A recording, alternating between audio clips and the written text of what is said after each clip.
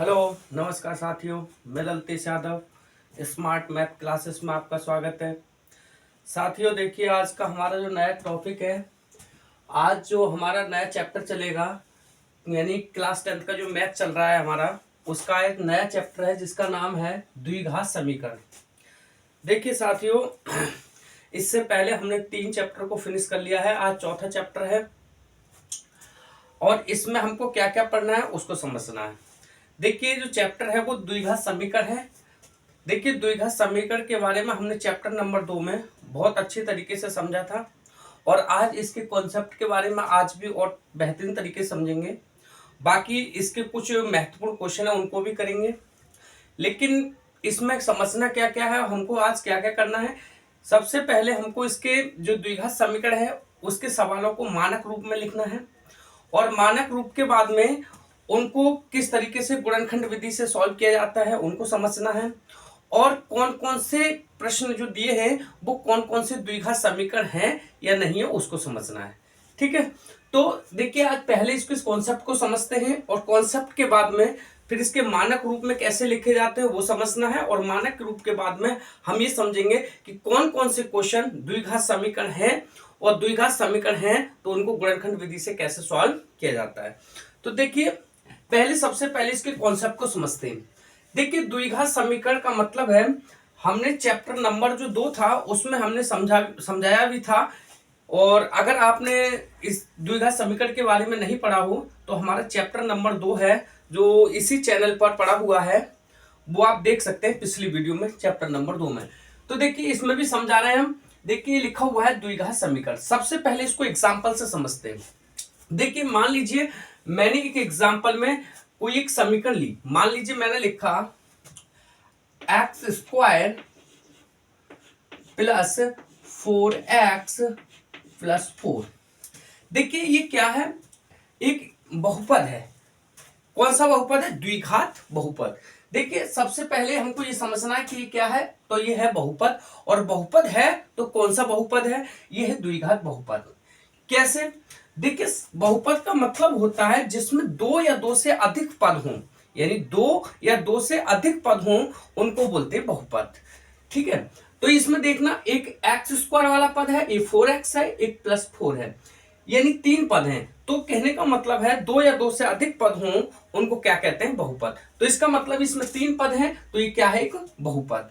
दूसरी बात ये समझते हैं, जिसमें जो चर राशि दी है, जो चर है x और यहां पर भी x, तो जहां जो चर राशि है उसकी अधिकतम पावर कितनी है? अगर अधिकतम पावर 2 है तो उसका मतलब वो क्या हो जाएगा? द्विघात, यानी द्विघात बहुपद। यानी यहां पर जो दिया है चर, चर क्या है? x और x की अधिकतम पावर है स्क्वायर, x स्क्वायर यानी 2, इसको बोलते हैं 2 को स्क्वायर। तो ये कहने का मतलब क्या हो गया? द्विघात बहुपद।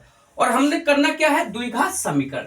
तो देखिए, समीकरण कब बनता है? समीकरण जब बनता है जब जो समीकरण जो द्विघात बहुपद है उसके बराबर में अगर मैं 0 लिख दूं तो ये क्या बन जाएगा? द्विघात समीकरण। ठीक है साथियों, तो हमने अब ये समझ लिया है कि द्विघात समीकरण क्या होता है। कहने का मतलब है कि अगर कोई बहुपद है, चाहे द्विघात बहुपद है, चाहे रेखिक बहुपद है या 3 घात वाला बहुपद है, अगर उसके बराबर में अगर हम 0 लिख दें, यानी बराबर में 0 लगा दें, तो ये क्या बन जाता है? समीकरण। अब समझना क्या था हमको? द्विघात समीकरण। तो हमने इसीलिए एग्जाम्पल में हमने क्या लिया? एक द्विघात बहुपद लिया और बराबर में रख दिया 0, तो ये क्या बन गया? द्विघात समीकरण। ठीक है साथियों, तो ये आप अच्छी तरीके से समझ गए होंगे और इसको अच्छी तरीके से और बारीकी से समझना है तो हमारे YouTube चैनल इस YouTube channel smart math classes में चैप्टर नंबर 2 में जाइए और वहां से इसके बारे में और बेहतरीन तरीके से समझना है। ठीक है, तो आज ये चीज समझ गए द्विघात समीकरण। अब इसके कुछ महत्वपूर्ण क्वेश्चन है उनको बनाना है। देखिए, पहला क्वेश्चन है, उसने क्या दिया है उसको समझते हैं। पहले मैं इसको रफ कर देता हूं, उसके बाद में इसके कुछ महत्वपूर्ण क्वेश्चन देखते हैं।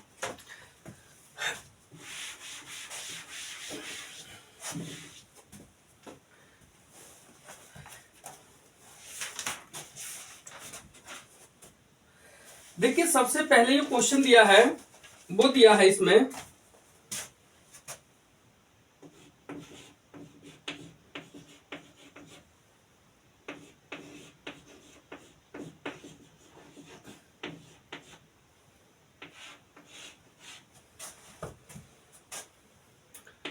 निम्नलिखित समीकरण को मानक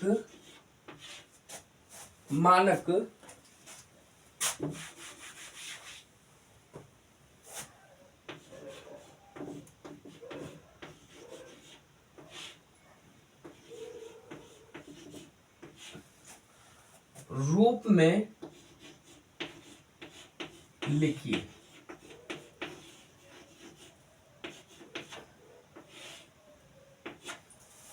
देखिए सबसे पहले हमको क्या करना है, ये लिखा हुआ है निम्नलिखित समीकरण को मानक रूप में लिखिए। तो देखिए मानक रूप क्या होता है, देखिए क्वेश्चन दिया है नंबर 1 3x प्लस 2x² -3 और बराबर में दिया है 0।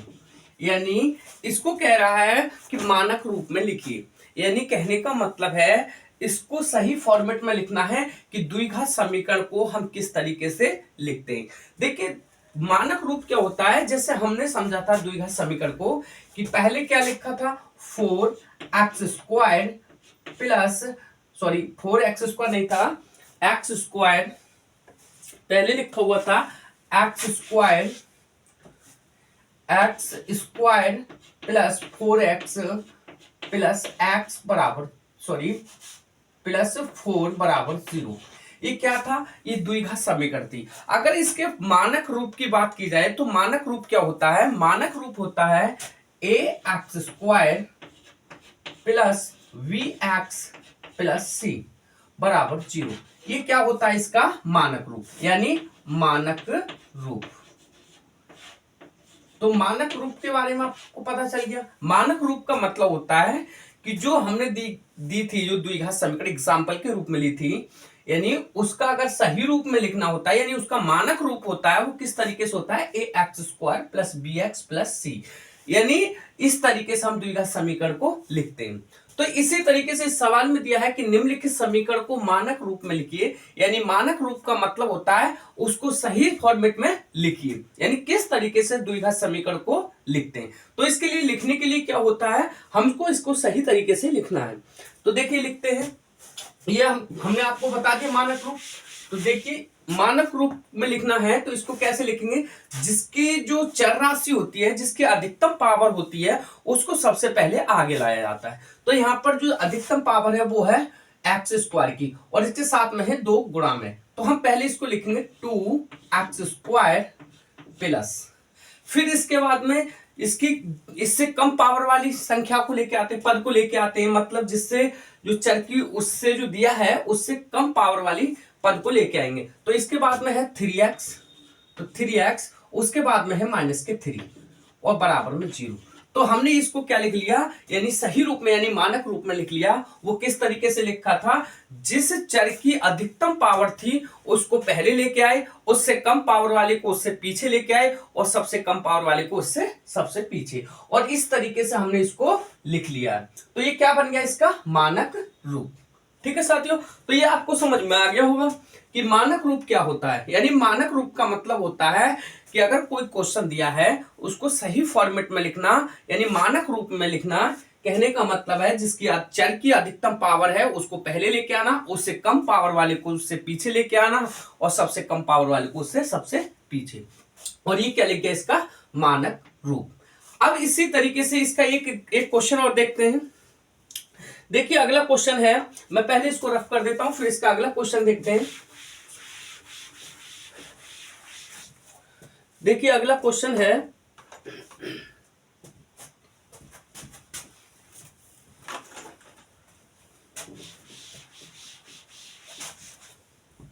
अगला क्वेश्चन दे रखा है इसका,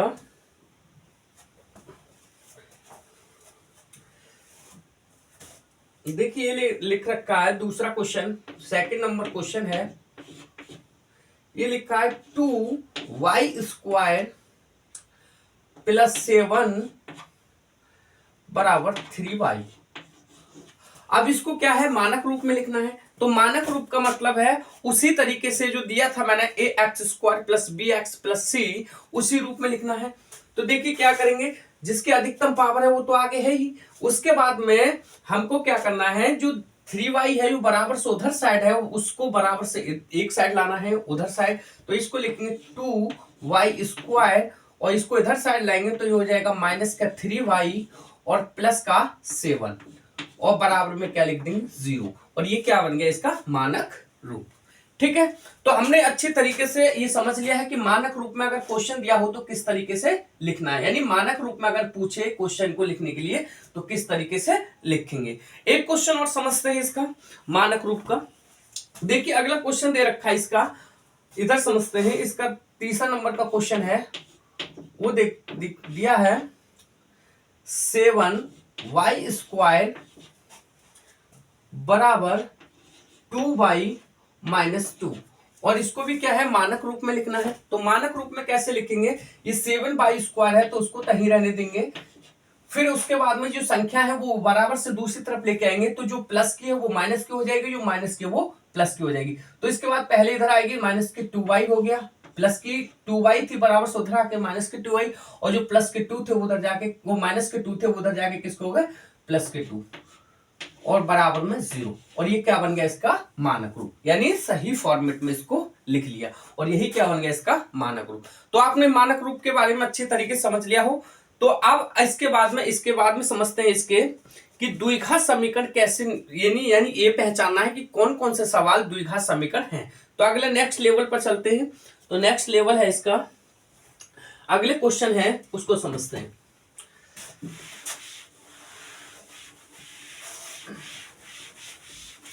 पहले मैंने इसको रफ कर दिया अच्छे तरीके से।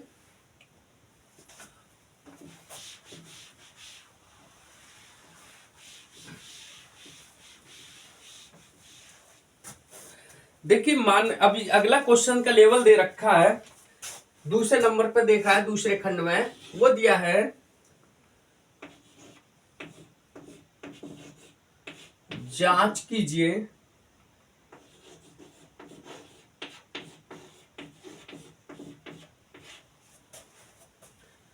कि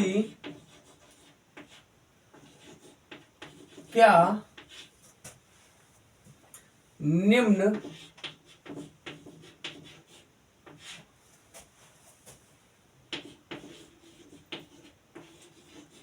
द्विघात समीकरण है। तो देखिए पहला क्वेश्चन है इसका, x प्लस 1 की पावर प्लस होल स्क्वायर बराबर 2x माइनस 3। देखिए अब ये नेक्स्ट टेबल है इसका, इसमें क्या रखा है कि जांच कीजिए कि क्या निम्न द्विघात समीकरण है। तो हमको ये बताना है इसमें, इस क्वेश्चन में, कि ये सवाल द्विघात समीकरण है या नहीं है। तो इसको क्वेश्चन को करते हैं। तो देखिए कैसे करेंगे, तब ये बात को जाके जब इसका जो फॉर्मेट निकल के आएगा उसको देखेंगे कि ये द्विघात समीकरण है या नहीं है। तो देखिए इसको सॉल्व करते हैं। तो ये दे रखा है x प्लस 1 का होल स्क्वायर बराबर 2x माइनस 3। तो इसको सॉल्व करेंगे तो कैसे करेंगे, तो देखिए ये दे रखा है x प्लस 1 का होल स्क्वायर। तो इसके लिए मतलब एक फॉर्मूला होता है जो आपने पढ़ा होगा कि a प्लस बी का होल स्क्वायर वाला। देखिए ये दे रखा था होता है कि a प्लस बी का होल स्क्वायर, और इसको खोलते कैसे, a का स्क्वायर प्लस b का स्क्वायर प्लस 2ab। तो इस तरीके से इसको खोलेंगे, जहां a है वहां a की जगह क्या दे रखा है x, जहां b है v की जगह क्या दे रखा है 1। तो इसी तरीके से a प्लस बी के होल स्क्वायर से इसको करेंगे। तो ये देखिए इसको करने हैं तो इसको लिखेंगे एक्स स्क्वायर प्लस इसकी जगह आ जाएगा 1 का स्क्वायर प्लस 2 फॉर्मूले के होते हैं, और a की जगह x है b की जगह 1 है, तो यह लिखेंगे x गुणा 1 बराबर, इधर दे रखा है इसको इसके साथ में मल्टीप्लाई करा देंगे तो ये हो जाएगा 2x, 2 की इसके साथ गुणा हो जाएगी तो 2 तिया 6। तो इसको सॉल्व करेंगे तो ये लिखा है एक्स स्क्वायर, और एक का स्क्वायर होगा तो एक ही रहेगा, प्लस इसके साथ गुणा होगी तो हो जाएगा 2x बराबर 2x-6। अब देखिए हमको क्या करना है, ये जो चीज है 2x-6 वो बराबर से इधर साइड लेके आएंगे, तो जो चीज प्लस की है वो माइनस की हो जाएगी, जो माइनस की है वो प्लस की हो जाएगी। तो यहां हो जाएगा x² + 1 + 2x, और इधर आएंगे जो 2x तो हो जाएगा माइनस का 2x, और ये किसका हो जाएगा माइनस के 6 इधर जाके हो जाएंगे प्लस के 6 बराबर 0। तो अगला क्या होगा, ये x² है तो x² उतार लेंगे। अब देखिए यहाँ पर जो 2x है वो प्लस का है, यहाँ पर जो 2x है वो माइनस का, तो ये 2x प्लस का और 2x माइनस का, तो ये आपस में कैंसिल आउट हो जाएंगे। तो यहाँ पर बचा प्लस का 1 और यहाँ प्लस के 6 जुड़ करके हो जाएंगे प्लस का 7 और बराबर में 0। तो देखिए ये क्या है, x² + 7 बराबर 0, तो ये क्या है, एक द्विघात समीकरण। तो हम इसके अगर पूछा जा रहा है कि जांच कीजिए क्या निम्न द्विघात समीकरण है, तो हमने इसको सॉल्व कर लिया और इसका आंसर आ गया x² + 7 बराबर 0। तो इसको कह सकते हैं हम द्विघात समीकरण है। क्यों? क्योंकि मैंने बताया आपको जहां 2 या 2 से अधिक पद हो और बराबर में क्या, यानी 2 या 2 से अधिक पद हो उसको बहुपद बोलते हैं, और जिसकी अधिकतम पावर कितनी हो चर की वो 2 हो तो उसको द्विघात बहुपद बोलते हैं, बराबर में 0 हो तो इसको बोल देंगे द्विघात समीकरण। तो इसका मतलब ये द्विघात समीकरण है। तो आंसर में लिख देंगे द्विघात समीकरण है, समीकरण है। ठीक है, जो आपको अच्छे तरीके से समझ में आ गया होगा। ये पूछा था कि जांच कीजिए कि निम्न द्विघात समीकरण है या नहीं, तो वो हमने सॉल्व करके बता दिया है कि द्विघात समीकरण है। ओके, अब इसके बाद में इसका नया क्वेश्चन लेते हैं, उसको समझते हैं। तो पहले मैं इसको रफ कर देता हूं, फिर इसका नया क्वेश्चन देखते हैं।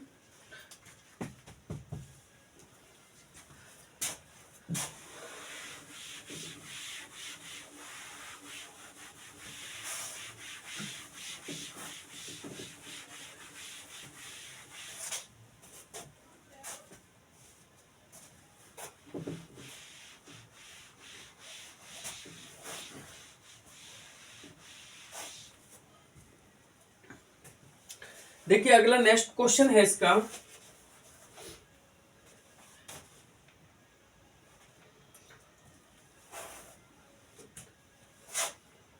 सेकंड नंबर क्वेश्चन दे रखा है इसने, x-2 x + 1 बराबर x-1 और x + 3। तो देखिए अब ये क्वेश्चन दे रखा है और इसको बताना है, आपको जांच करके बताना है कि यह क्या द्विघात समीकरण है या नहीं है।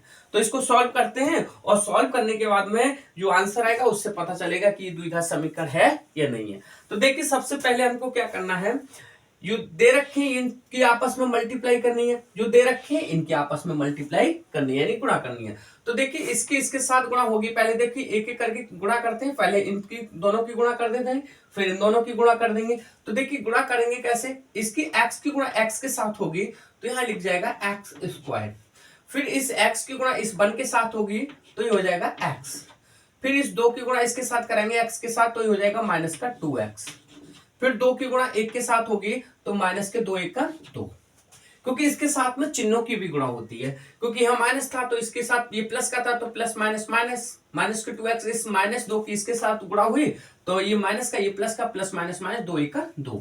अब देखिए इधर साइड इनकी मल्टीप्लाई कराते हैं, तो देखिए x की गुणा x के साथ होगी तो हो जाएगा x², और इस x की गुणा इस 3 के साथ होगी तो हो जाएगा 3x, और फिर इसकी 1 की गुणा x के साथ होनी है तो ये माइनस का ये प्लस का, प्लस माइनस माइनस, माइनस का हो जाएगा x, फिर इसकी गुणा इसके साथ होगी तो माइनस का, क्योंकि ये माइनस का ये प्लस का, प्लस माइनस माइनस, और 3 1 का 3।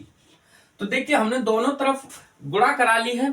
अब गुणा कराने के बाद में हमको क्या करना है, इसको पहले आगे और सॉल्व करते हैं, उसके बाद में इनका एक ही तरफ पक्षांतर करेंगे, मतलब एक ही तरफ इनको लेके आएंगे और फिर इसको सॉल्व करेंगे और इससे ये पता चल जाएगा कि ये द्विघात समीकरण है या नहीं है। तो देखिए इसको करेंगे x²। अब देखिए यहाँ पर जो x है वो प्लस का, यहाँ पर ये माइनस के 2x है, तो ये प्लस का 1x है, ये 2x है, तो बचेगा कितना माइनस का 1x। क्योंकि 2x में से 1x घट जाएगा तो बचेगा कितना माइनस का 1x, और यह बचा माइनस के 2 बराबर यहां पर x स्क्वायर तो x स्क्वायर, यहां पर दे रखा है 3x प्लस का माइनस का है 1x तो बचेगा कितना प्लस का 2x, और यहां पर है माइनस के 3 क्योंकि 3x में से 1x जाएगा तो कितना बचेगा 2x। अब इनको क्या करेंगे एक तरफ ले आएंगे, ठीक है। तो एक ही तरफ चाहे इसको उठा करके उधर ले जाओ चाहे इसको उठा करके इधर ले आओ सारे पदों को। तो हमने क्या करा इन सारे पदों को इधर लेके आए तो ये हो जाएगा, इनके चिन्हों को चेंज हो जाएंगे, क्योंकि देखिए पहले इसको उतार लेते हैं एक्स स्क्वायर माइनस का एक्स माइनस 2, और जब ये सारे पद इधर आएंगे तो जो जो प्लस के हैं वो माइनस के हो जाएंगे, जो माइनस के हैं वो प्लस के हो जाएंगे। तो देखिए इसको इधर आएगा तो ये हो जाएगा माइनस का एक्स स्क्वायर, क्योंकि ये प्लस का है तो इधर आएगा माइनस का हो गया, ये प्लस का 2x है तो माइनस का 2x हो गया, और जो माइनस का है वो इधर जाकर प्लस का 3 हो गया, और बराबर में हो गया 0। अब इसको आगे सॉल्व करते हैं तो देखिए ये एक्स स्क्वायर है, ये प्लस का ये माइनस का है तो ये आपस में कट जाएगा। ओके देखिए ये माइनस के x है और ये माइनस का 2x है, तो देखिए माइनस का 1x और माइनस के 2x कितना हो जाएंगे माइनस के 3x, ये माइनस के 2 है ये प्लस के 3 है तो ये क्या हो जाएगा प्लस का 1, क्योंकि माइनस के 2 और ये प्लस के 3 आपस में कैंसिल होंगे तो कितना बचेगा प्लस का 1 और बराबर में 0। अब देखिए आप खुद सोचिए क्या ये द्विघात समीकरण है या नहीं है, नहीं है ना, क्यों, क्योंकि पहली बात तो ये देखना है कि जहां पर जो चर है उसकी अधिकतम पावर कितनी होनी चाहिए 2, तो इससे क्या बनेगा द्विघात, और फिर पद 2 या 2 से अधिक हो तो वो बहुपद बन जाता है, बराबर में क्या हो 0 तो क्या हो जाता है द्विघात समीकरण। लेकिन हमको ये पता चल रहा है कि यहां पर जो x चर है उसकी अधिकतम पावर कितनी है 1, इसलिए ये द्विघात समीकरण नहीं है, क्योंकि ये क्या है रेखिक समीकरण, इसलिए इसको लिख सकते हैं हम कि ये द्विघात समीकरण नहीं है। तो द्विघात समीकरण नहीं है। ओके तो आपने अच्छी तरीके से समझ लिया होगा, ये सारी चीज समझ में आ गई होंगी। हमने पहले बताया था द्विघात समीकरण क्या होता है, और फिर द्विघात समीकरण को मानक रूप में लिखना बता दिया कि मानक रूप में उसको कैसे लिखते हैं, मतलब सही रूप में कैसे लिखते हैं, जिसकी अधिकतम पावर होती है उसको सबसे आगे लेके आते हैं, फिर जिसकी उससे कम होते हैं उसको पीछे, और सबसे कम वाले को सबसे पीछे। लेकिन उसके बाद में ये अगला दूसरा खंड में कह रहा है कि जांच कीजिए कि क्या निम्न द्विघात समीकरण है। तो हमने इसको पहले ये दिया क्वेश्चन दिया है x-2 और x+1, और यहां दे रखा बराबर से x-1 और x+3, इनको सॉल्व करना है, और सॉल्व करके हमने अच्छे तरीके से बता दिया कि इस तरीके से निकल के आया -3x+1 बराबर 0। तो इससे ये पता चल रहा है कि अगर ये द्विघात समीकरण नहीं है, क्योंकि अगर द्विघात समीकरण होता तो उसकी जो चर राशि है उसकी अधिकतम पावर कितनी होनी चाहिए थी 2, और पद कैसे होने चाहिए 2 या 2 से अधिक। तो यहाँ पर 2 या 2 से 2 पद तो हैं लेकिन जो चर है उसकी अधिकतम पावर 2 नहीं है, इसलिए ये क्या है एक रेखिक बहुपद रेखिक समीकरण है, इसलिए ये द्विघात समीकरण नहीं है।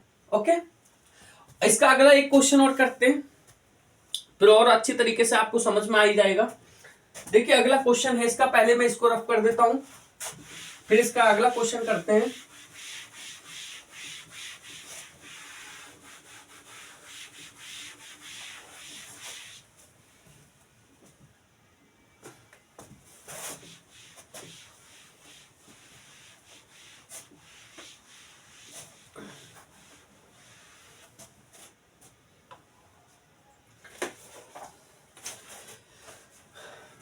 अगला क्वेश्चन दे रखा है इसका तीसरा नंबर का क्वेश्चन, थर्ड नंबर क्वेश्चन है x-3 2x+1 बराबर x+5। तो देखिए अब इसको कह रहा है, इसमें भी आपको ये बताना है कि बताइए कि द्विघात समीकरण है या नहीं है। तो देखिए सबसे पहले हमको क्या करना है, इसको सॉल्व करना है, और सॉल्व करने के बाद जो आंसर आएगा उससे ये पता चलेगा कि द्विघात समीकरण है या नहीं है। तो देखिए सबसे पहले हम इसको सॉल्व करते हैं।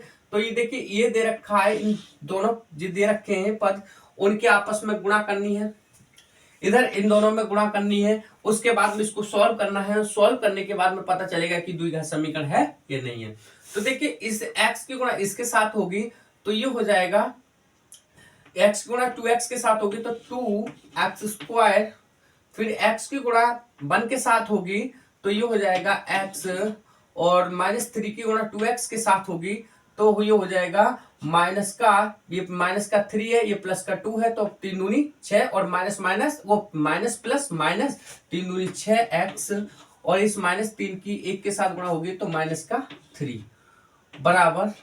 अब देखिए इधर इनकी गुणा होनी है आपस में, तो कैसे करेंगे, x की गुणा x के साथ होगी तो x², x की गुणा 5 के साथ होगी तो 5x।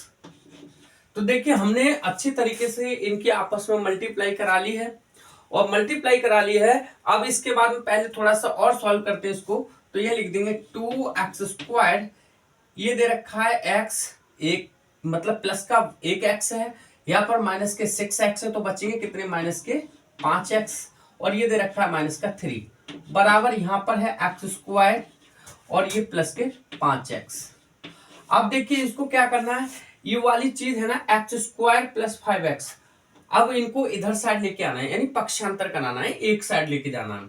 चाहे इनको पूरे को उठा करके उधर ले जाओ, चाहे इन दोनों पदों को उठा करके एक साइड ले आओ, तब इनको आगे सॉल्व करेंगे। तो देखिए मैंने क्या करा, इनको पक्षांतर कराता हूं, इन x² प्लस 5x को बराबर से दूसरी तरफ लेके आता हूं, तो ये हो जाएगा 2x² माइनस के 5x माइनस के 3, और जब ये बराबर से दूसरी तरफ आएंगे तो इनके चिन्ह चेंज हो जाएंगे, जो प्लस के होते हैं वो माइनस के हो जाते हैं, जो माइनस के होते हैं वो प्लस के हो जाते हैं। तो ये प्लस का x² है तो बराबर से इधर आएगा तो हो जाएगा माइनस का x², ये प्लस का 5x है बराबर से इधर आएगा तो हो जाएगा माइनस का 5x बराबर 0। तो देखिए ये हो गया 2x²। अब इसको पहले सॉल्व करते हैं। देखिए ये 2x² है और ये माइनस का x² है, तो 2x प्लस का ये माइनस का, तो बचेगा कितना, जब ये प्लस का और ये माइनस का x² है तो यहां से बचेगा, इसमें आपस में क्या बचेगा, इनकी सॉल्व होगा तो 1x बचेगा, किसका, प्लस का। तो यहां पर सॉल्व करते हैं तो यहां बचेगा x², किसका, प्लस का। अब देखिए यहाँ माइनस के 5x है, ये माइनस के 5x है, ये आपस में कैंसिल आउट हो जाएंगे, सॉरी कैंसिल आउट नहीं होंगे क्योंकि दोनों ही माइनस के हैं तो जुड़ जाएंगे। क्या होगा, जुड़ जाएंगे। देखिए दोनों ही सेम चिन्ह है, अगर प्लस माइनस का होता तो आपस में कैंसिल आउट हो जाते, लेकिन दोनों ही कैसे हैं, माइनस के हैं, इसलिए क्या हो जाएंगे, जुड़ जाएंगे।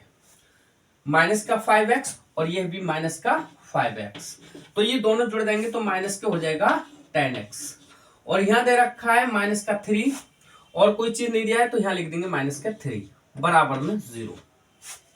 तो देखिए हमने इसको सॉल्व कर लिया है।